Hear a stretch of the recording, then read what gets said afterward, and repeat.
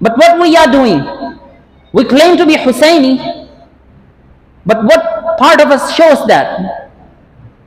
Are our characters resembles the character of Imam Hussain?